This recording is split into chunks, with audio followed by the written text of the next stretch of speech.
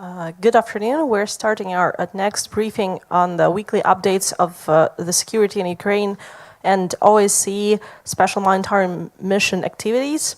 Our speaker is Alexander Hug, the first Deputy Chief Monitor of the OSCE Special Monitoring Mission to Ukraine.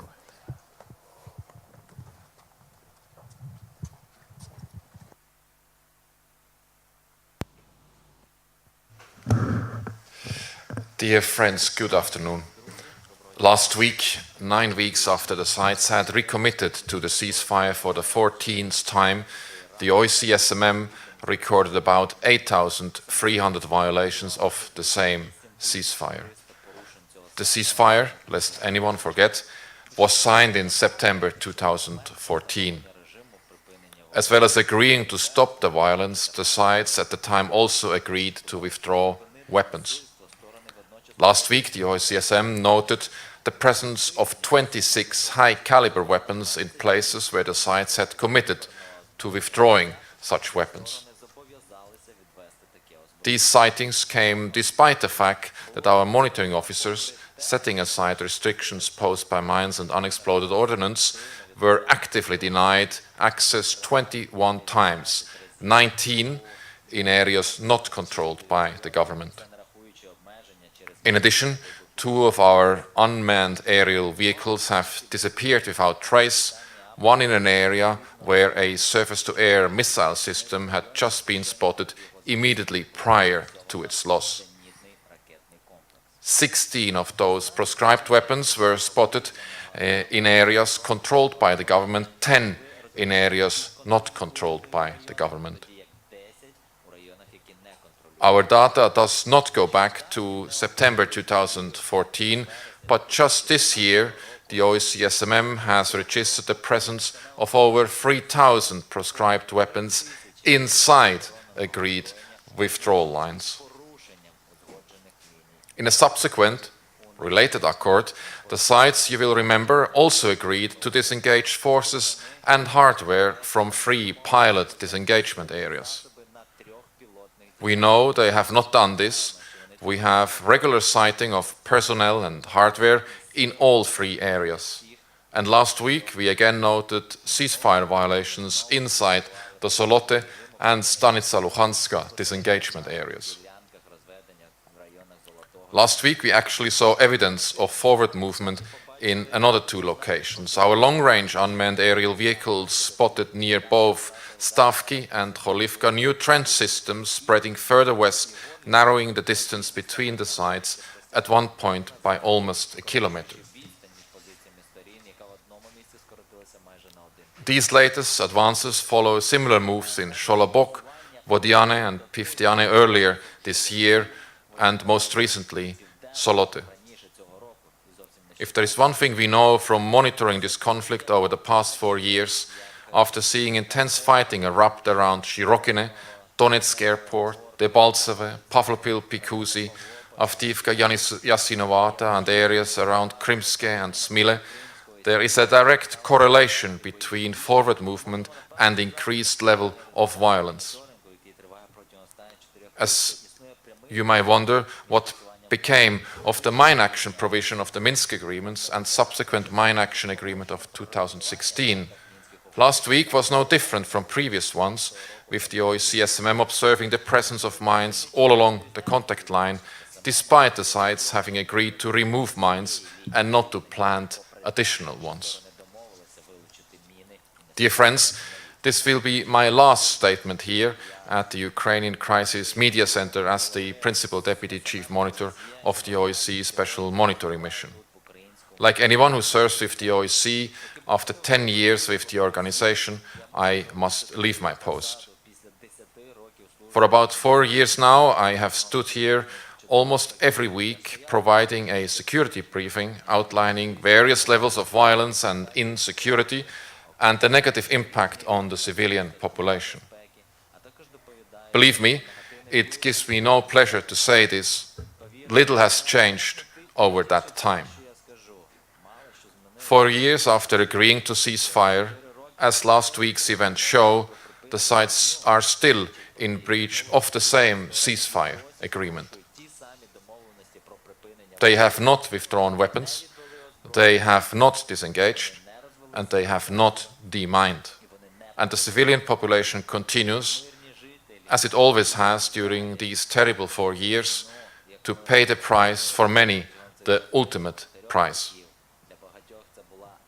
Again, our data does not go back all the way to 2014, but since the beginning of 2016, the OSCE SMM has confirmed the death of over 216 men, women, children, and the injury of 920 more. Last week, another 3 people were added to the growing grotesque tally. In Marinka, a man was shot in the leg as he repaired the roof of his home. And in Zalizne, 2 Voda Donbassa employees repairing pipelines to ensure availability of clean drinking water were injured by a mine explosion. For public figures and other people who claim to represent the public, these dry statistics continue to record of sorts. A trail of broken promises to people, many of them now dead or injured, that is scarcely believable. It is a legacy worth pondering by the decision makers themselves and also those to whom the promises were made, the people of Ukraine on both sides of the contact line. Everywhere the OSCE goes, but especially the closer one gets to the contact line, where the violence is most prevalent, people in this country tell us one thing: they want peace. They always wanted it, especially following the outbreak of armed violence in the summer of 2014, orchestrated by a few, when that wish for peace later resulted in the Minsk agreements. And it has never gone away. The only thing that has changed over the past 4 years is the willingness to deliver on the wishes of the people. Agreements have been signed, mechanisms are in place, there has even been some compliance. And the OSCE SMM is standing ready and able to verify the entire process. But the will to end violence is not there. Dear friends, I leave this post with mixed feelings. Despite everything we have done, despite the deployment of over 700 civilian monitoring officers, hundreds of armored vehicles to protect them, and technology to assist them, despite the 24/7 commitment and engagement, the sweat and sometimes even blood of unarmed civilian monitoring officers, and I say this with the family of Joseph Stone in mind, despite the tragic loss of a fine young man, an OSCE medic, despite everything, the violence continues. People are still dying. The will required to end this conflict is patently not evident. After over 4.5 years with the OSCE SMM, knowing this, I leave with a sense of unease and regret. But I also leave with a sense of hope. I have not lost sight of the light at the end of the tunnel. This conflict is not endemic, it is not protracted, it is not frozen. It can be ended by a decision to do so. While decision makers at higher levels still have not found the courage to make that decision, preferring vested interest over the wider interest of people everywhere, and preferring to awaken hate and fear in people rather than give them peace everywhere we in the SMM go, we find people on the ground who have the will to end this violence. We find a willingness to engage constructively to resolve problems at the local level. Just this month, the OSCE SMM dialogue facilitation repairs to the South Donbas water line were completed, with 1.2 million people on both sides of the contact line set to benefit. On both sides of the contact line, we increasingly find Ukrainians taking control of their own destinies. They are impatient with waiting. Too many people have gone without the very basics. Too many have died. Many are angry. Not at others on the contact line, for they know it is a shared suffering. They know violence must end. They want it to end, and they are demanding it loud and clear. Dear friends, the OSCE SMM was mandated to establish facts and facilitate dialogue. We cannot tell people what to do, least of all force them to end violence. Those who are in a position to end this violence should, however, listen to a few facts that we in the OSCE SMM have established over the past 4.5 years. The fact is people have moved beyond platitudes. The fact is people are sick and tired of reliving the past, sick and tired of their children being killed in playgrounds, of economic dislocation and random violent death. The fact is that they are tired of seeing their lives reduced to disempowerment, displacement, destruction and death. We have reported 6 days a week over the past 4.5 years. Many of the facts we have reported have been difficult to even read, let alone to live through. Uncomfortable truth for those who should have stopped the violence. But the most important fact, the one that gives me hope now, is that ordinary people will not accept this anymore. They have had enough. They are not pawns. They are not to be moved around on someone else's chessboard. They are people and they demand, almost to a man and a woman, they tell us that this violence must end now. After 4.5 years, I can still hope that someone is listening to the facts, because facts matter, people matter. Thank you. Are there any questions for our speaker?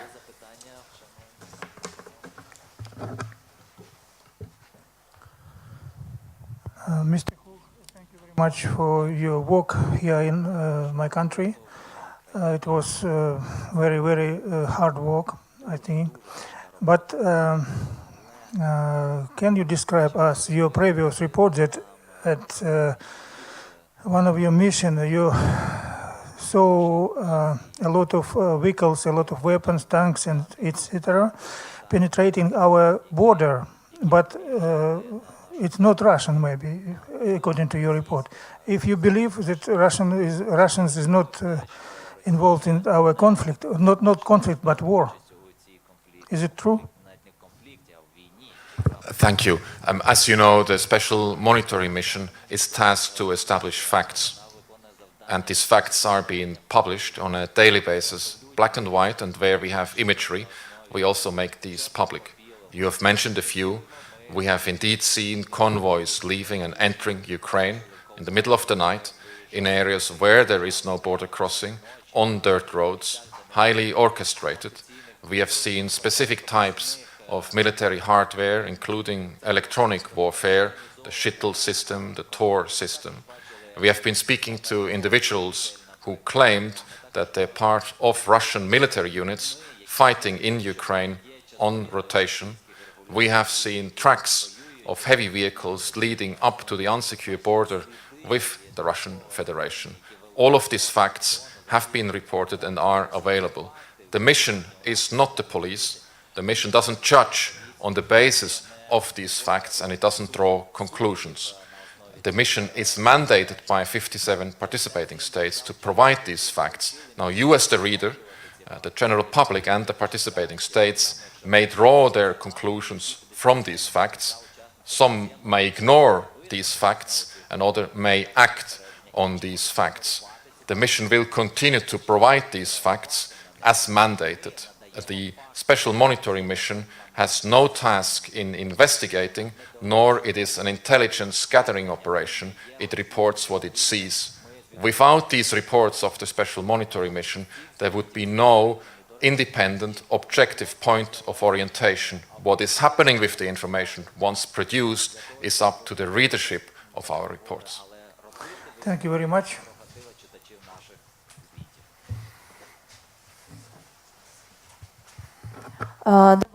Good afternoon. I have the question about your interview, from which part of your interview disappeared about the presence of Russian troops in Donbass. Can you comment how come this part of interview was deleted? I mean, some of your words were deleted from that interview. Can you comment on that?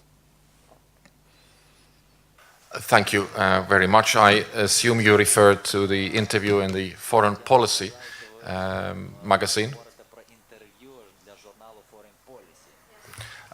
As you may have seen in the document itself, there was a misunderstanding, and as I have just explained to the colleague here who had been asking the previous question, the Special Monitoring Mission is tasked to establish facts, and as you can see in the interview, these facts are listed in some detail in that interview.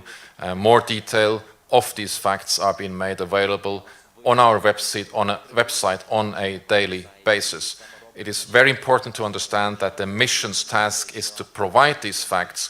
Concluding on them is not the mission's task. You may conclude as a journalist, but this is not our task, not our duty. The participating states clearly, explicitly have mandated us to establish facts. Thank you.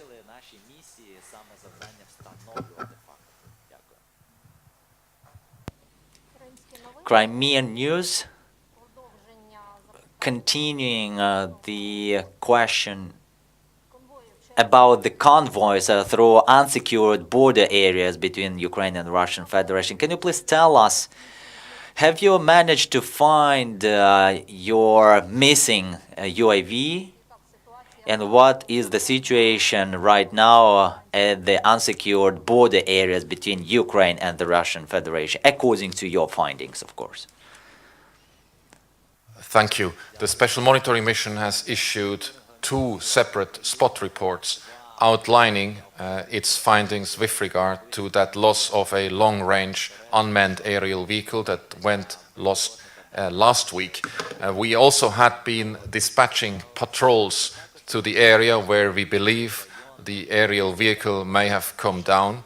And as you know by now, we have not found debris of that aerial vehicle. We have been in contact with the armed formations and have asked them to both explain but also support us in trying to locate the wreckage or the area where the aerial vehicle may have come down.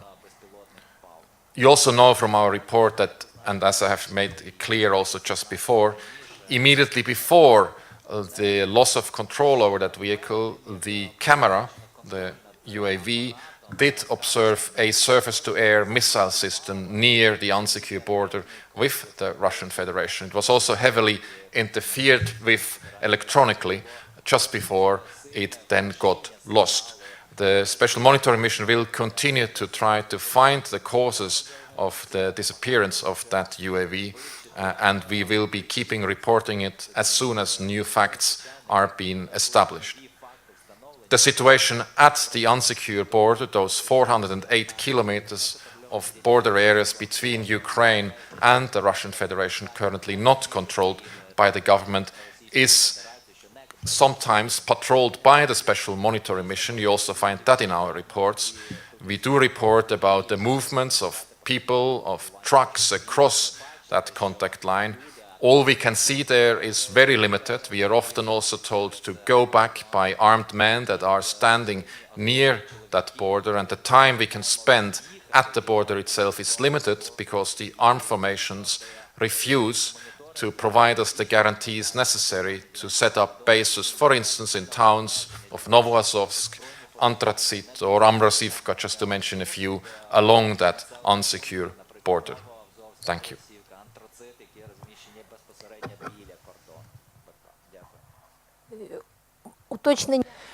Clarification.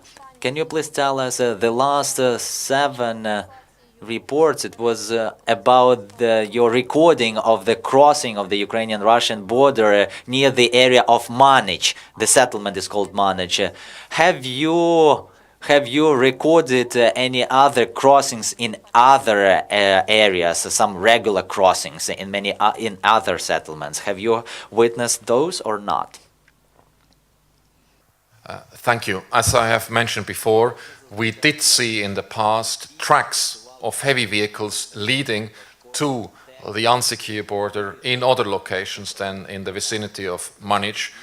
And as I've also just mentioned to you before, we do see on a regular basis civilian trucks leading across border crossing points between Ukraine and the Russian Federation on a daily basis. These trucks are covered. We have no view inside these trucks. All of that information that we observe, including at crossing points, is being made available in our reports. There's a special section in our daily report normally assigned to observations made at the border or in the border area at that 408-kilometer long stretch of the border between Ukraine and the Russian Federation.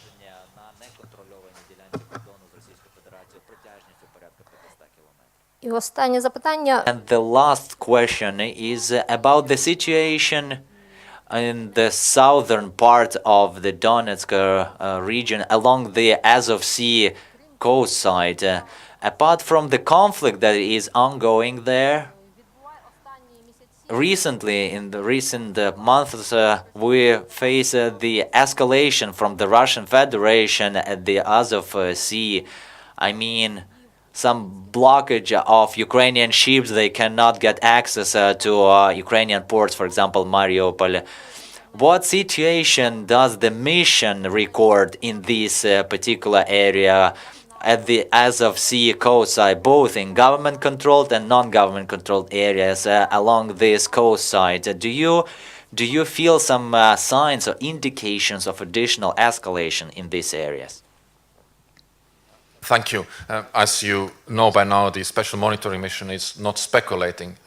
What, however, is fact that patrols dispatched on the non-government controlled side in the southern part of the Donetsk region, that 30-kilometer wide strip in the southern part bordering the Azov Sea, is an area where we repeatedly encounter freedom of movement restrictions, including to the town of Novozovsk, or then further downwards to the seaside in the area of Siedove, and then also further westwards on the main road that previously had connected Novozovsk with Mariupol. In these areas, the Special Monitoring Mission does encounter regular freedom of movement restrictions.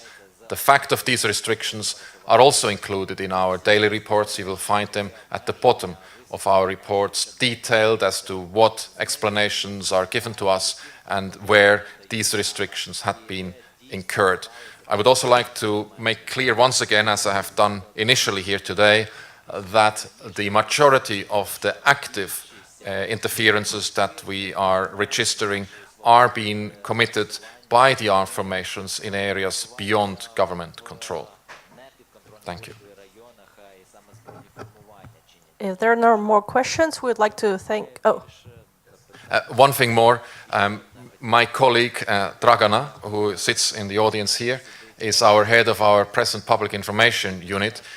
She will be making sure that the press is being kept abreast with developments that the mission does encounter in the East after my departure here. And I encourage you, those that have watched from a distance, but also here in the room, to extend the cooperation that I have received also to my colleague, who is very well placed and experienced to take this work on together with you ahead now in the remainder of this mandate and beyond. Thank you for paying attention to that. And Dragana, good luck. Thank you, Mr. Hug. We would like to conclude our briefing. Thank you.